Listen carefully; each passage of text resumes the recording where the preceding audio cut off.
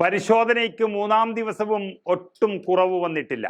മുഖ്യമന്ത്രിയുടെ മകൾ വീണ പ്രതിപട്ടികയിലുള്ള മാസപ്പടി വിഷയത്തിൽ വ്യവസായ വികസന കോർപ്പറേഷൻ അഥവാ KSIDCയുടെ ഓഫീസിൽ പരിശോധന തകൃതിയായി നടത്തുകയാണ്. SFIO deputy director M Arun പ്രസാദിന്റെ നേതൃത്വത്തിൽ 3 അംഗ സംഘമാണ് ഓഫീസിൽ പരിശോധന നടത്തുന്നത്. മിനിഞ്ഞാന്ന് മിന്നൽ പരിശോധനയുമായി കേരളത്തിലേക്ക് കാലുകുത്തിയ SFIO ആദ്യത്തെ 2 ദിവസങ്ങളിൽ KMRLന്റെ ആലുവയിലുള്ള ഓഫീസിലാണ് പരിശോധന നടത്തിയത്. കരിമണൽ കമ്പനിയായ CMRL ഈ പറയുന്ന KSIDCക്ക് ഓഹരി പങ്കാളിത്തമുണ്ട്. 13.4% ഓഹരികളാണ് KSIDCക്കുള്ളത്. വ്യവസായ വകുപ്പിന് കീഴിലുള്ള ഒരു സ്ഥാപനമാണ് KSIDC. CMRLും KSIDCയുമായുള്ള ഇടപാടുകളാണ് അന്വേഷണ സംഘം ഇപ്പോൾ പരിശോധിക്കുന്നത്. വീണയുടെ കമ്പനിയായ എക്സാലോജിക്, കൊച്ചിയിലെ കരിമണൽ കമ്പനിയായ CMRL ഓഹരി പങ്കാളിത്തമുള്ള KSIDC എന്നിവർ പൂർണ്ണമായും അങ്ങോട്ടും ഇങ്ങോട്ടും നടത്തിയ ഇടപാടുകൾ മുഴുവൻ ദുരൂഹമാണ് എന്നത് മാത്രമല്ല, മുഖ്യമന്ത്രിയുടെ മകൾ എന്നുള്ള നിലയിൽ അഴിമതി പണവും മാസപ്പടിയുമെല്ലാം ഇതുവഴി ക്രയവിക്രയം നടന്നു എന്ന് വ്യക്തമായി തെളിഞ്ഞു വരികയാണ്. അതിനെ തുടർന്നാണ് കോർപ്പറേറ്റ് തട്ടിപ്പ് അന്വേഷിക്കുന്ന രാജ്യത്തെ ഏറ്റവും വലിയ ഏജൻസിയായ SFIO തന്നെ ഇതിന്റെ അന്വേഷണം ഏറ്റെടുത്തിരിക്കുന്നത്.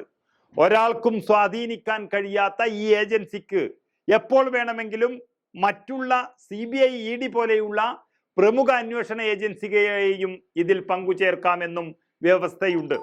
അതുപ്രകാരം ED ഉദ്യോഗസ്ഥരും ഇവരുടെ കൂടെ തന്നെയുണ്ട് ഇപ്പോൾ പരിശോധനയിൽ.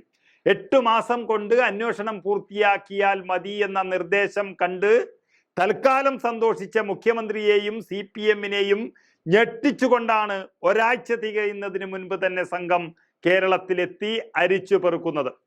നിർണായകമായ ചില വിവരങ്ങളും രേഖകളും കണ്ടെത്തിയതായും റിപ്പോർട്ടുകൾ വന്നു കഴിഞ്ഞു. ഒരു സേവനവും ലഭ്യമാക്കാതെ എക്സാലോജിക്കിന് CMRL വൻ തുക കൈമാറി എന്ന് കേന്ദ്ര ആദായ നികുതി വകുപ്പിന്റെ ഇന്ററീം സെറ്റിൽമെന്റ് ബോർഡ് കണ്ടെത്തിയതോടെ തട്ടിപ്പ് പുറത്തു വന്നതാണ്.